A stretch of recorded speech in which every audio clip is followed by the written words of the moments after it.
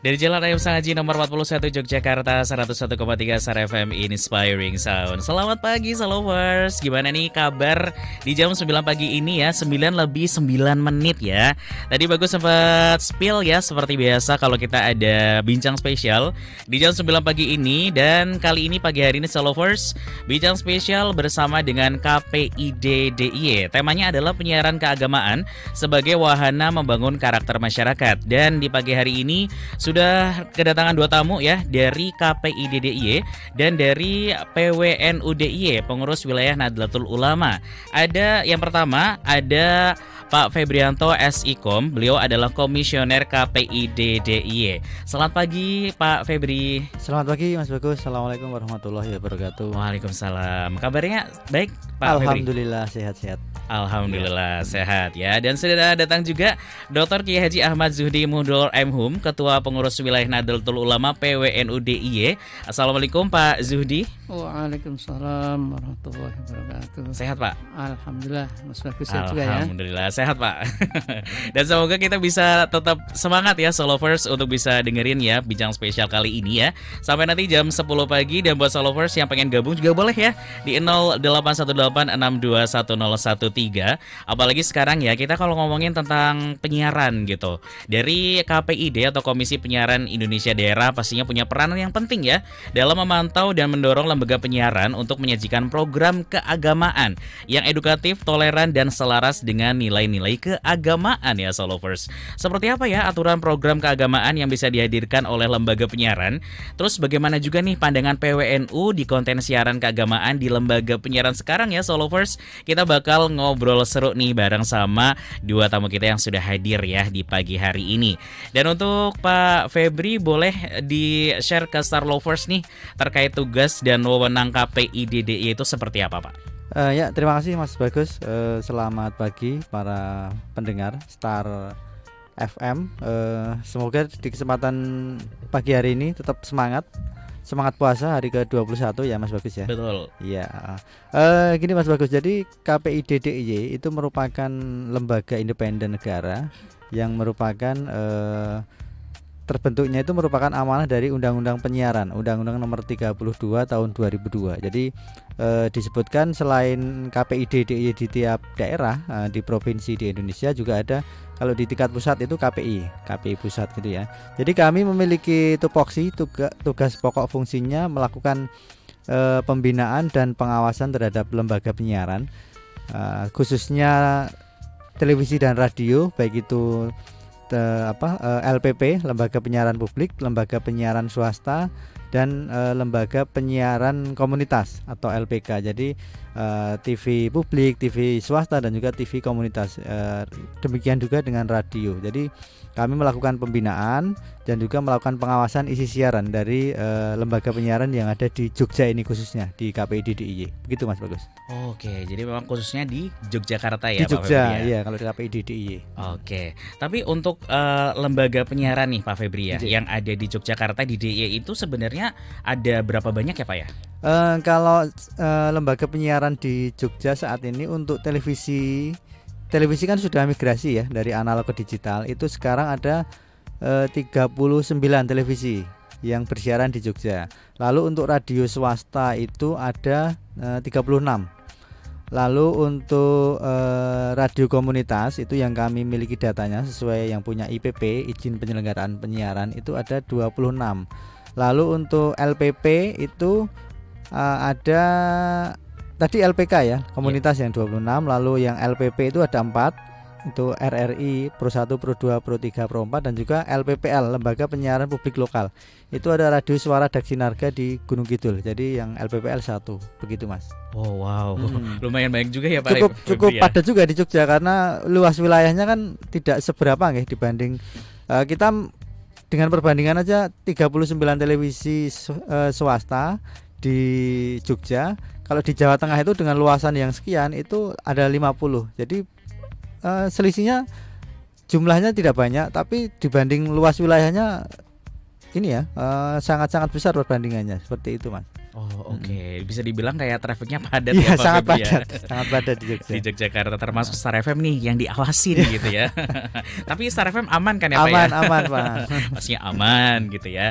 Tapi sekarang kan di bulan Ramadan ya Solovers dan juga Pak Febri, Pak Zuhdi juga kan bulan Ramadan gitu kan. Biasanya kan ada konten-konten religi. Tapi kalau dari KPIDDI sendiri melihat keberadaan program religi itu seperti apa sih Pak? Dan apakah sudah cukup banyak tersaji di lembaga penyiaran atau seperti apa? Ya, di awal Ramadan kemarin kami mendapat edaran dari KPI Pusat terkait dengan pengawasan khusus siaran Ramadan di tahun 2025 ini. Dan sudah kami lakukan ini sekitar sudah 20 hari kemarin. Ternyata setelah kami pantau baik televisi maupun radio masih sesuai, masih on the track gitu ya. Jadi baik itu ada talk show, ada mungkin semacam variety show di televisi itu belum kami temukan adanya indikasi pelanggaran. Demikian juga laporan dari masyarakat juga belum ada, karena di Jogja ini ternyata masyarakat laporannya baik juga terhadap lembaga penyiaran. Jadi kami sering menerima masukan, sering menerima kritik saran dari masyarakat. Sekecil apapun kadang masyarakat ini mengadu, kami kok siarannya seperti ini ya di siaran televisi A atau radio B gitu, jam sekian acaranya ini. Jadi sering sekali kami menerima aduan seperti itu. Tapi di bulan Ramadan ini sampai sekarang belum ada. Begitu Mas. Oh oke, masih aman-aman aja masih berarti aman, ya Pak ya. Iya, masih aman. Semoga aman-aman selalu ya Solovers ya. Amin. Dan biar di bulan Ramadan ini kita juga bisa mendengarkan atau menyaksikan penyiaran yang memang bermanfaat gitu ya. Benar. Dan sekarang kita beralih ke Pak Zuhdi nih ya, sebagai Ketua PWNU DIY nih. Pak Zuhdi, kalau menurut Bapak nih melihat siaran keagamaan dari masa ke masa, itu ada nggak sih Pak menurut Bapak ya perubahan gaya penyampaiannya? Gimana tuh Pak? Oke, Assalamualaikum warahmatullahi wabarakatuh. Waalaikumsalam warahmatullahi Bagus wabarakatuh. dan para pendengar sekalian, Star Radio ya, Betul. atau Star Lovers. Sebetulnya penyiaran agama melalui radio atau televisi dan sebagainya ini kan memang luar biasa. Dan sekarang apalagi ditambah dengan YouTube dan sebagainya kan, dengan kepadatan yang seperti tadi digambarkan atau disampaikan Mas Febri kan, berarti udara Jogja ini sangat padat ya, dengan siaran-siaran radio, televisi, YouTube dan sebagainya. Nah ini di era revolusi digital ini memang sangat berpengaruh terhadap pembentukan karakter dan perilaku masyarakat. Oleh karena itu saya sangat senang kalau KPID tetap melakukan pemantauan agar dapat ikut membangun kebersamaan dan kebaikan karakter masyarakat. Karena dengan berita-berita yang tidak benar ya, berita-berita yang provokatif dan sebagainya, itu untuk masa sekarang memang sangat mudah untuk menyulut emosi orang. Nah, kalau dari kacamata ajaran agama sendiri kan, penyiaran agama itu ada tujuan ya. Tujuan yang jelas yang secara singkat dalam surat An-Nahl itu dikatakan ud'u ila sabili rabbika bil hikmah gitu kan. Wal mau'izatil hasanah. Jadi ajaklah, serulah mereka kepada jalan Tuhanmu dengan hikmah dan dengan nasihat-nasihat yang baik. Nah, di sini ada kata-kata jalan kepada jalan Tuhanmu. Ini tentu menurut keyakinan masing-masing. Jadi umat itu harus diajak untuk kembali berada pada track jalan Tuhanmu. Nah, monggo kalau Islam tentu kepada ajaran Islam, kalau Kristen ajaran Kristen, kalau Hindu ajaran Hindu dan seterusnya. Karena mau tidak mau, suka tidak suka, bahwa masyarakat kita itu memang plural. Nah, jalan Tuhanmu pasti jalan yang terbaik. Tidak ada ajaran Tuhan itu yang mengajarkan umatnya untuk melakukan hal-hal yang tidak baik. Dan itu pun harus dengan cara yang baik juga kan. bil hikmah. Hikmah itu bijaksana gitu kan. Bijaksana dalam arti orang itu suka yang bijaksana, yang baik-baik. Jangan sampai bijaksana seperti yang sering disalahpahami. Misalnya ada orang ketangkap polisi karena melanggar aturan lalu lintas, terus dia minta, Pak Polisi tolong berikan saya kebijaksanaan. Nah, itu kan bukan bijaksana yang baik di situ kan. Hanya konteksnya konteks yang negatif. Nah, dalam hal penyiaran agama ini bijaksana ya tentu sesuatu yang positif, yang mungkin tidak menyinggung orang lain, bisa menyampaikan ajaran dengan benar dan sebagainya. Kemudian juga dengan mau'idhah hasanah. Mau'idhah itu nasihat ya. Mau'idhah hasanah adalah nasihat yang baik. Nah, tentu ini juga nanti membutuhkan cara yang baik. Nanti mungkin di belakang bisa kita perjelas lebih lanjut. Karena cara dakwah yang tidak bijaksana, cara dakwah mungkin yang keras gitu ya, yang menyinggung sana menyinggung sini, itu sebetulnya tidak sesuai dengan karakter Al-Quran sendiri. Karena Al-Quran kan mengajarkan itu tadi, yang pertama, ud'u ila sabili rabbika bil hikmati wal mau'izatil hasanah wajadilhum billati hiya ahsan. Kalau terpaksa harus berdialog, ya dialog dengan yang santun, dengan yang baik. Nah, ada contoh dalam Al-Quran ya, ketika Nabi Musa dan Nabi Harun itu mau melakukan dakwah kepada Fir'aun, Raja Fir'aun. Fir'aun kan jelas orang yang menentang Tuhan, jelas bahkan dia mengaku Tuhan, bahkan melebihi Tuhan kalau pengakuannya. Ana rabbukumul a'la, saya ini Tuhanmu yang lebih atau yang luhur, lebih luhur.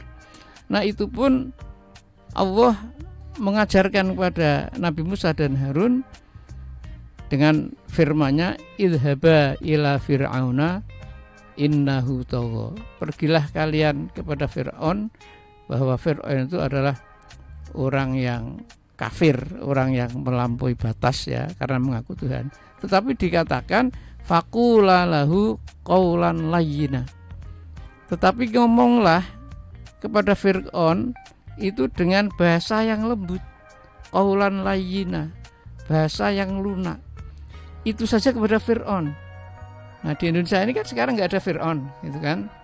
Siapa sih yang dikatakan Fir'aun? Memang dulu pernah ada yang orang menuduh ini Fir'aun, gitu kan? Tetapi sebetulnya nggak ada, kan? Fir'aun itu kan orang yang tidak beragama. Gitu.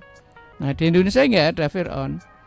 Itu pun kepada Fir'aun Allah berpesan kepada Nabi Musa dan Harun, gunakanlah qaulan layyina, bahasa yang lembut, la'allahu yatadzakkaru aw yakhsha, agar dia itu kemudian ingat dan takut kepada Tuhan. Nah, itu diantara garis-garis berdakwah ya, sehingga itu bisa digunakan oleh para dai kita melalui penyiaran agama di berbagai media.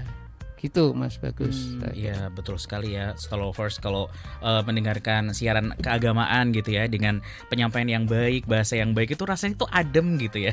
Nggak yang kayak panas apa gimana, huru-hara. Jangan ya Followers. Tapi Pak Zuhdi ya, kalau untuk masyarakat itu lebih suka tema siaran keagamaan yang seperti apa itu Pak?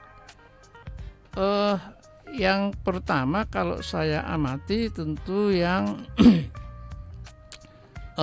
memberikan pencerahan ya, karena agama itu sendiri kan sumber ilmu, sumber pengetahuan, bahkan sumber sejarah.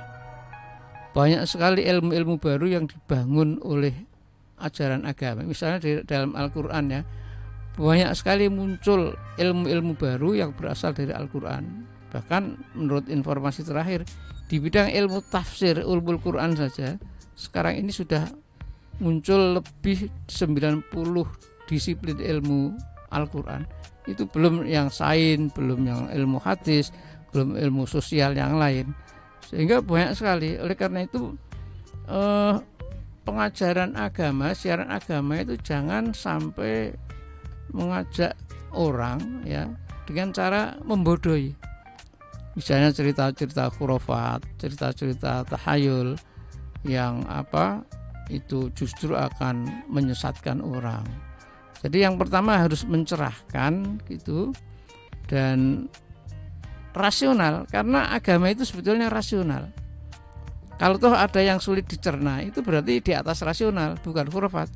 Misalnya kenapa sholat zuhur 4 rakaat, kenapa sholat subuh kok 2 rakaat, tidak 4 rakaat sambil senam misalnya. Nah, itu kan itu yang seperti itu memang tidak bisa diakal-akal, karena agama itu, ajaran agama ada yang sifatnya ta'abudi. Ta'abudi itu yang sifatnya ya sudah given begitu. Kemudian ya ada ta'akuli yang rasional. Nah, untuk yang given tadi ta'abudi, ibadah-ibadah murni, ibadah mahdhur, ritual itu ya nggak usah dibahas lagi. Kenapa sholat berapa rakaat gitu, kenapa puasa misalnya hanya sebulan kok nggak 2 bulan biar langsing misalnya dan sebagainya, itu kan nggak perlu dirasionalkan kan, karena itu di atas rasio. Jadi yang mencerahkan. Kemudian yang kedua tentu yang menyebabkan orang itu bertambah tebal keimanannya. Jangan orang ngaji malah justru imannya makin tipis. Dia senangnya ngamuk aja kepada orang lain, menyalah-nyalahkan gitu kan. Agama itu kan merangkul, bukan memukul gitu kan. Jadi kalau bagaimana kita mengajak orang lain tadi dengan hikmah dan bijaksana tadi, agar orang itu mempunyai keyakinan yang benar ya dalam hal ini. Kalau Islam ya tauhid, agar betul-betul percaya kepada Allah dan seluruh kehidupannya lalu disinari oleh ajaran-ajaran Allah. Nah, tantangannya sekarang ini sebetulnya kita belum berhasil sepenuhnya ya menjadikan agama itu sebagai etika sosial. Ini cukup memprihatinkan. Kalau kita lihat misalnya bagaimana disiplin masyarakat ketika berlalu lintas. Kalau ada polisi ya taat, kalau tidak ada polisi terobos gitu kan. Kemudian sekarang banyak orang yang saling menghujat, merusak ya dan sebagainya. Itu artinya sebetulnya tidak sesuai dengan etika beragama, karena merusak itu jelas sesuatu yang tidak baik, dilarang.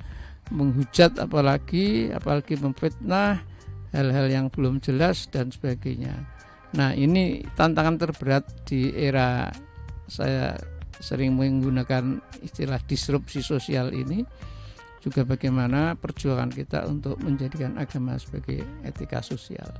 Itu Mas Bagus, kira-kira begitu. Berarti kalau sudah dijadikan etika sosial, jadi nanti selaras ya Salovers, untuk hidupnya tuh bakalan lebih lancar gitu ya, lurus-lurus aja lah gitu ya, bisa dibilang seperti itu. Tapi untuk kita balik lagi ke Pak Febri nih, kalau untuk dari lembaga penyiaran sendiri nih Pak Febri, apa saja sih yang harus diperhatikan sama lembaga penyiaran waktu menyajikan program keagamaan nih Pak? Ya, jadi ini sebenarnya lembaga penyiaran itu kan di dalam pelaksanaan siarannya itu ada rules atau regulasi yang memayungi mereka. Jadi kalau di KPI itu ada P3SPS Mas, pedoman perilaku penyiaran dan juga standar program siaran, P3 dan SPS. Jadi di SPS standar program siaran pasal 7 itu disebutkan materi agama pada program siaran itu wajib memenuhi ketentuan yang pertama tidak berisi serangan, penghinaan, pelecehan terhadap pandangan dan keyakinan dalam agama tertentu. Selain itu juga menghargai etika hubungan antar umat beragama. Lalu yang kedua, menyajikan muatan yang berisi perbedaan pandangan atau paham dalam keagamaan tertentu. Yang selanjutnya tidak menyajikan perbandingan antar agama. Yang selanjutnya tidak menyajikan alasan perpindahan agama seseorang atau sekelompok orang. Jadi kalau di lembaga penyiaran sudah ada ketentuannya. Tapi kan kita sekarang ini di era yang digital ini, medsos begitu luar biasa ya Mas ya. Betul. Kita sering temukan di podcast itu ya. Ada orang curhat gitu ya, curhat tentang perpindahan agamanya, perpindahan keyakinannya. Jadi kalau di lembaga penyiaran televisi radio itu sebenarnya nggak boleh, karena itu hak privasi masing-masing ya, hak asasi yang paling mendasar itu, hak keagamaan. Jadi tidak ada perkenankan. Tapi kalau di podcast itu kan bukan, sementara ini bukan ranah KPI, KPID untuk melakukan pengawasan di media sosial. Jadi undang-undangnya masih belum memungkinkan untuk kami KPI dan KPID melakukan pengawasan di ranah-ranah media sosial, baik itu YouTube dan sebagainya, itulah media-media sosial atau media baru itu. Gitu Mas Bagus. Dan memang kalau kita lihat di media sosial ya, Solovers itu banyak banget ya yang bertebaran ya Pak Febri ya.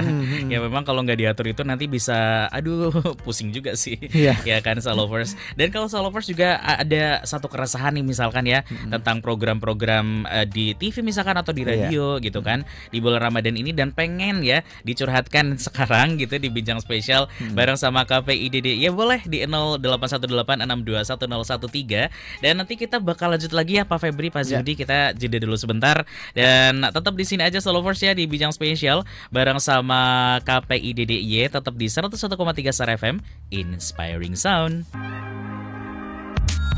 Kembali lagi Solovers di Bincang Spesial bersama KPIDDY, masih dengan obrolan yang sangat menarik ya di pagi hari ini tentang penyiaran keagamaan sebagai wahana membangun karakter masyarakat. Masih bersama dengan Pak Febrianto SIKOM, Korbit Pengawasan Isi Siaran KPIDDY, dan juga Bapak Dr. Kiai Haji Ahmad Zuhdi Muhdor MHum, Ketua PWNU DIY. Dan tadi kita sudah banyak sekali ngobrolin tentang ini ya Solovers, siaran keagamaan ya, terutama di bulan Ramadan ini. Dan ini sudah ada yang bergabung nih Pak Febri, Pak Zuhdi di Instagramnya Star FM. Terima kasih ya buat Star Lovers yang sudah bergabung di pagi hari ini. Ada satu pertanyaan nih Pak Zuhdi dari Mbak Fitri. Jadi Mbak Fitri di Instagram menanyakan, Pak Kiai, dakwah buat anak Gen Z itu sebaiknya yang seperti apa ya? Gimana nih Pak? Ya, memang ini diantara tantangan dakwah sekarang, karena kita menghadapi generasi baru ya, yang mempunyai karakter dan mungkin pola pikir yang berbeda dengan generasi sebelumnya. Lebih-lebih dari revolusi digital ini memang banyak mengubah pola hubungan antar sesama manusia, pola hubungan terkait dengan struktur-struktur sosial, bahkan dalam bertransaksi apapun sekarang ini sudah beda dengan yang dulu.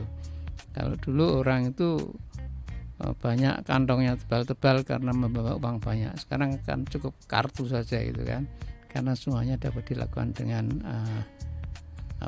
digital. Nah untuk itu dakwah kepada anak-anak generasi Z ini ya tidak bisa disamakan dengan generasi yang dulu. Setidak-tidaknya saya mengamati anak sekarang ini untuk duduk lama mendengarkan suatu ceramah atau nasihat itu sudah sangat nggak betah ini. Mereka lebih senang kalau misalnya mendapatkan sesuatu itu dengan cara singkat, seperti yang sekarang ini banyak digunakan oleh aplikasi TikTok dan sebagainya. Sehingga dari segi strategi cara berdakwah kepada mereka ini sangat harus dibedakan memang. Sedangkan kontennya karena juga semua semakin sibuk ini ya. Kalau diajak berdiskusi ilmiah secara mendalam tentu tidak pas juga, karena itu mungkin lebih tepat dilakukan di lembaga-lembaga pendidikan. Sedangkan kepada generasi Z secara umum ya dakwahnya dakwah yang itu tadi mencerahkan, kemudian bagaimana mengingatkan kepada mereka bahwa segala yang terjadi ini ada yang membuat, ada yang mengatur, ada yang menuntun, dan pada saatnya akan diminta konsekuensinya. Tapi itu harus dilakukan dengan cara-cara yang mudah dicerna dan yang rasional tentunya ya. sehingga tidak bisa mereka misalnya diajak melakukan hal-hal seperti zaman dulu. Kita lihat saja misalnya fenomena yang ada. Kalau kita mengamati misalnya gerakan yang dilakukan beberapa ulama kiai, misalnya mujahadah atau istighosah dan sebagainya, itu saya amati sebagian besar itu pesertanya itu orang tua gitu. Tetapi kalau misalnya dengan cara sholawatan gitu kan, ada musiknya, kemudian ceramahnya sedikit, lalu tangannya bisa diangkat, goyang-goyang dan sebagainya, itu nampaknya mereka lebih tertarik itu. Nah, dan konten ceramahnya itu tidak yang berat-berat, tetapi menyangkut hal-hal yang berkaitan dengan kehidupan sehari-hari. Nah, ini di antara strategi yang sekarang ini nampaknya juga misalnya digunakan oleh Gus Ikdam gitu kan, kemudian penceramah-penceramah yang dari selebritis itu kan, modelnya model seperti itu. Jadi mereka tidak, nah ini cuma sayangnya mereka ini banyak yang kemudian tidak mengacu keterangannya kepada kajian-kajian kitab yang mendalam. Tetapi nanti yang bisa dijadikan rujukan oleh anak-anak ini adalah penjelasan-penjelasan yang ada dari YouTube, Google dan sebagainya. Nah, ini bahayanya di sana. Karena kalau ilmu yang didapatkan dari sana kadang kan susah dipertanggungjawabkan. Kemana ini nasabnya, kemana cantolannya gitu. Nah, cuma itu dari segi konten tadi ya yang mencerahkan, kemudian yang mengarahkan kepada etika, kemudian kepada keyakinan yang benar, tapi dengan cara tidak menggunakan kajian-kajian yang mendalam. Saya gitu, Mas. Oke. Jadi biar bisa untuk generasi muda, generasi Z ya, Gen Z ini bisa tertarik gitu ya Pak Zudi ya. Oke, dan begitu ya untuk Mbak Fitri di Instagram. Semoga ini juga bisa diterapkan gitu ya. Kalau memang pengen berdakwah gitu ya, atau berbagi ilmu kepada generasi muda sekarang ya. Terus ini juga ada satu pertanyaan lagi di Instagram dari Mas Satria nih, buat Pak Febri nih, Pak Febri. Jadi sekarang itu kan tren media itu kan dari ada satu tren di media itu dari satu kelompok agama. Apakah ini melanggar aturan atau bagaimana nih Pak Febri? Kalau kepemilikan media ini ya Mas ya. Betul. Jadi kepemilikan media itu sebenarnya tidak ada ketentuan. Jadi apalagi kalau media komunitas itu bisa dimiliki oleh komunitas tertentu di wilayah masing-masing. Misal komunitas agama, oke. Lalu ada komunitas yang lain-lain lah itu. Tapi asalkan gini. Asalkan media yang berdasar komunitas agama tertentu tersebut tidak digunakan untuk membuat perpecahan, atau konten-konten yang disampaikan itu tidak membuat gaduh di masyarakat dan juga membuat kerukunan di masyarakat itu terganggu. Kami punya pengalaman Mas sekitar tahun 2022. Itu kami menemukan mendapatkan aduan dari masyarakat bahwa ada media komunitas yang digunakan untuk untuk provokasi. Jadi di media tersebut terselip beberapa siaran yang yang disengaja ya dari pemilik media itu, ada sisipan-sisipan penggalan-penggalan pidato, penggalan-penggalan diskusi yang pertama itu anti NKRI, lalu juga mereka mendukung Khilafiyah dan HTI yang waktu itu sudah dibubarkan oleh pemerintah. Selanjutnya ada anti vaksin, waktu itu juga anti vaksin. Jadi waktu itu kami sempat panggil, tapi sebelum kami panggil kami cross check dulu dengan ketentuan yang berlaku, apakah siaran-siaran tersebut melanggar, dan juga kami konsultasikan dengan pihak-pihak terkait, seperti kami mengundang Kesbangpol, kami mengundang Dinas Kesehatan, lalu kami mengundang Kanwil Kemenak DIY untuk berdiskusi aturan apa yang kira-kira dilanggar oleh konten-konten tersebut. Ternyata setelah kami diskusi, ternyata melanggar beberapa aturan dan kami kenakan sanksi untuk media penyiaran tersebut. Begitu, Mas. Oke, jadi memang ada sanksi yang diberikan ya. Iya, ada sanksi. Pak Febri ya. Kalau memang ada yang melanggar gitu ya. Ini juga ada pertanyaan yang ternyata nyambung nih Pak Febri ya. Dari penjelasan Pak Febri tadi tentang kalau sudah ada tindakan gitu dari KPID atau dari KPI. Ini satu pertanyaan dari Ibu Indira nih. Ibu Indira menanyakan kalau sudah melapor nih, lalu tindakan selanjutnya dari KPI itu apa ya, Pak? Gini, kalau laporan yang masuk baik itu melalui medsos kami maupun melalui saluran yang lain, itu kami langsung tindak lanjuti dengan ini, kami lihat aduannya tentang apa, lalu kami cross check dengan aturan yang ada, baik itu P3, SPS maupun di undang-undang. Ketika ada indikasi bahwa itu melakukan pelanggaran, kami cek dulu pelanggarannya, kadar pelanggarannya seperti apa, karena tingkatan dari sanksi kan juga bermacam-macam, Mas, dari teguran lisan dan juga teguran tertulis sampai nanti ada rekomendasi pencabutan izin. Itu nanti ada tingkatan-tingkatan untuk pelanggarannya. Jadi kalau pelanggarannya masih ringan dan itu tidak terlalu berat, itu kami undang ke kantor untuk berdiskusi. Kami ajak untuk berdiskusi, kira-kira bisa nggak diperbaiki atau mungkin di drop untuk acaranya ataupun siaran-siaran seperti itu. Begitu. Oh, oke. Jadi memang ada kalau berdasarkan levelnya ya, Pak Febri ya. Levelnya seperti apa gitu ya. Jadi begitu ya Ibu Indira ya, yang pastinya juga akan ada tindakan selanjutnya gitu ya dari KPI. Pasti ada ya, Pak ya. Oke. Dan ini juga terkait dengan ini nih Pak Febri, tentang keberagaman, karena kan di Indonesia tuh beragam sekali gitu kan. Salah satu yang harus diperhatikan itu memang program yang menjaga toleransi dan keberagaman. Tapi kalau secara konkretnya nih Pak Febri, itu seperti apa? Jadi kami kan di Jogja khususnya itu sudah ada Perda ya, Perda nomor 13 tahun 2016 tentang penyelenggaraan penyiaran. Jadi di situ ada aturan konten lokal itu yang memuat tidak hanya seni tradisi maupun budaya, tapi juga kebinekaan, Pancasila, undang-undang, lalu kebencanaan dan lain-lain. Jadi di situ sudah ada aturannya. Jadi keberagaman ini merupakan salah satu konten lokal yang harus dimiliki oleh lembaga penyiaran yang ada di Jogja. Termasuk ke siaran keagamaan, kami juga tidak main-main gitu ya.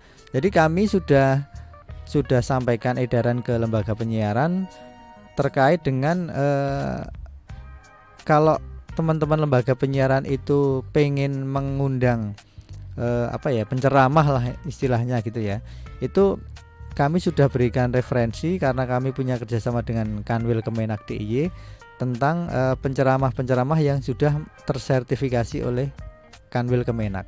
Bukan hanya Islam ya Mas, tapi agama-agama yang lain juga.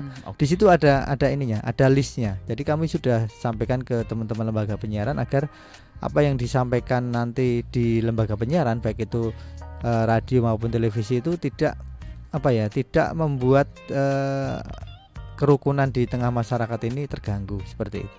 Oke, jadi memang harus tetap bisa selaras gitu ya Pak Febri ya. Tetap bisa bersatu gitu ya Salovers. Jadi memang di setiap program penyiaran itu pasti akan ada program keagamaan ya dari berbagai agama yang ada di Indonesia ya Pak Febri ya.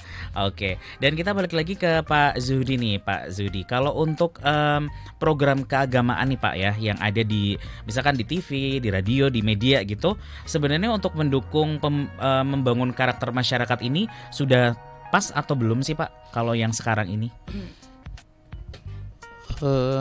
Saya mengamati memang masih perlu ditingkatkan gitu ya. Karena sebagai penganut agama tentu kita harus selalu meningkatkan iman dan takwa kita kepada Sang Maha Kuasa. Kemudian yang kedua, jangan lupa kita juga warga negara Indonesia. Maka sebagai wujud dari kecintaan kita kepada bangsa dan negara, dakwah-dakwah kita sebetulnya harus ikut mendukung kecintaan kita kepada bangsa dan negara ini. sebagaimana yang jargon yang sering disampaikan, yang konon itu berasal dari Kiai Hasyim Asy'ari katanya. Dikatakan hubbul waton minal iman, bahwa cinta tanah air merupakan bagian dari iman. Dan jargon ini ketika saya berada mengikuti pendidikan di Riyadh, Saudi itu ternyata juga dikutip oleh rektor dari Universitas Al-Imam Ibnu Saud. Jadi beliau memang mengatakan bahwa ini bukan hadis tetapi isinya, kontennya itu sahih gitu ya. Itu dikutip. Nah, kemudian kita sebetulnya punya kode etik juga dalam penyiaran atau dalam dakwah agama ini kepada sesama internal umat satu agama. Kalau orang Islam misalnya, sesama umat Islam, kita sebetulnya ada semacam kode etik, lana a'maluna walakum a'malukum. Ya, amal menurut yang saya yakini ya ini yang saya lakukan, sedangkan amal kalau yang sampean yakini ya monggo silakan, tapi nggak usah saling menyalahkan, tidak usah saling menghujat, karena masing-masing tentu punya dalil-dalil. Nah, kecuali yang memang itu tidak berasal dari dalil agama, hanya dari otak-atik akal manusia ya, itu ya kita bareng-bareng bisa mengkoreksi. Tetapi sepanjang itu bersumber juga dari Al-Quran dan Al-Hadis, ya sudahlah, soal penafsiran kita serahkan kepada masing-masing. Jangan gampang menyalahkan atau mungkin mengkafirkan, memusyrikkan, membid'ahkan dan sebagainya. Itu karena masing-masing kita punya pemahaman yang berbeda.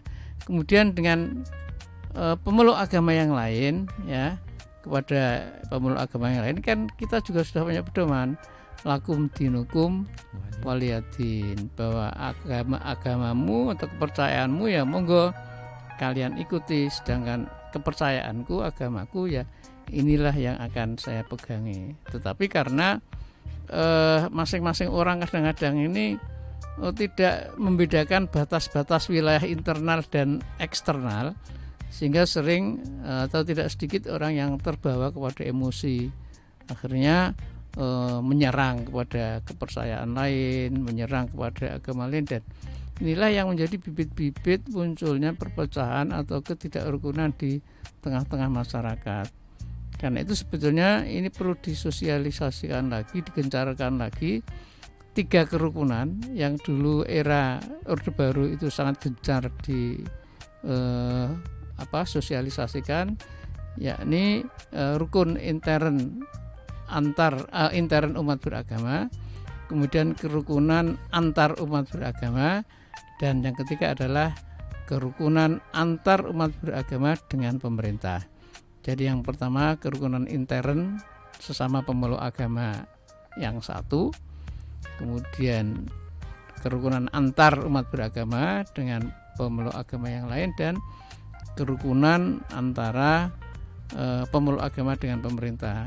Karena gini logikanya, terutama dengan pemerintah ya, kadang kebaikan versi agama itu belum tentu baik versi pemerintah, atau sebaliknya. Salah satu contoh ini yang saya coba ngen-ngen itu, misalnya kalau agama itu kan memandang tidak baik miras ya, baik dijual secara legal maupun non legal, karena dalam Al-Quran dikatakan miras itu ya termasuk perbuatan tanda-tanda orang yang minum miras itu kan orang yang terjebak ke dalam perbuatan setan, oleh karena itu dilarang. Tetapi ketika kita semata-mata ya mendakwahkan sesuatu itu dari kacamata agama, sementara pemerintah punya pandangan lain, loh miras itu kalau di hotel nggak apa-apa misalnya gitu kan, apalagi di tempat wisata, ini bagaimanapun menurut pandangan agama tetap nggak baik miras itu, tapi pemerintah tentu mempunyai pandangan yang berbeda. Bahkan kalau kita pernah dengar misalnya prostitusi gitu ya, itu di tempat-tempat wisata seperti di Phuket, di Thailand dan sebagainya, itu kan sudah menjadi bagian dari kehidupan kota wisata ya. Sedangkan menurut pandangan agama itu bagaimanapun itu tidak boleh. Nah, pemerintah memandang dari kacamata lain, kepentingan ekonomi, kepentingan investasi, kepentingan datangnya devisa dan sebagainya itu kan, sehingga sebetulnya yang kemudian harus kita lakukan bagaimana mendekatkan antara pemahaman kebaikan menurut ajaran agama dan kebaikan menurut pemerintah, atau kejelekan menurut agama dan kejelekan menurut pemerintah. Ini harus semakin didekatkan. Kalau enggak ini bisa kontra terus antara agama di satu sisi, satu entitas sendiri, kepentingan pemerintah di satu sisi yang lain, itu akan bentrok. Nah, kalau bentrok terus nggak ketemu ya, gimana menciptakan kerukunan. Nah, makanya ini namanya ulama dan umarok ya. Ulama itu ya ahli agama, umarok itu adalah pemegang kekuasaan, harus sering ketemu, duduk bersama agar semuanya bisa menenteramkan masyarakat, menciptakan kerukunan bersama. Saya kira itu, Mas. Iya, berarti memang harus ada kerukunan, duduk bersama biar sejalan gitu ya, ibarat kata begitu. Baiklah, terakhir nih dari Pak Febri nih, himbauan nih buat masyarakat ya Pak Febri, kalau mau milih konten siaran keagamaan yang pas itu yang seperti apa nih Pak? Ya, jadi kami kami mendorong lembaga penyiaran baik radio televisi untuk berlomba menayangkan siaran-siaran yang baik, siaran yang sesuai dengan regulasi, baik itu siaran apapun ya, termasuk siaran agama. Jadi monggo, mari kita jaga frekuensi yang sebenarnya terbatas ini dengan begitu banyak lembaga penyiaran untuk siaran-siaran yang baik, termasuk siaran keagamaan. Dan untuk masyarakat ketika dirasa menemukan siaran yang kurang pas, atau bagi mereka ini kok kemungkinan ada indikasi pelanggaran, monggo disampaikan ke kami melalui berbagai saluran, melalui medsos kami, mungkin monggo melalui telepon, atau datang langsung ke kantor KPI DDIY juga kami persilahkan, dan sangat kami tunggu peran serta aktif masyarakat untuk melakukan pengawasan. Begitu, Mas. Oke, sama-sama menjaga ya Pak. Sama-sama Febri, menjaga. ya. Iya. Oke, jadi memang kita bisa menjaga bareng-bareng ya Solovers untuk program-program penyiaran ya, baik itu di TV, di radio, bahkan di media-media yang lain ya. Kita jaga bareng-bareng biar tetap positive vibes gitu ya.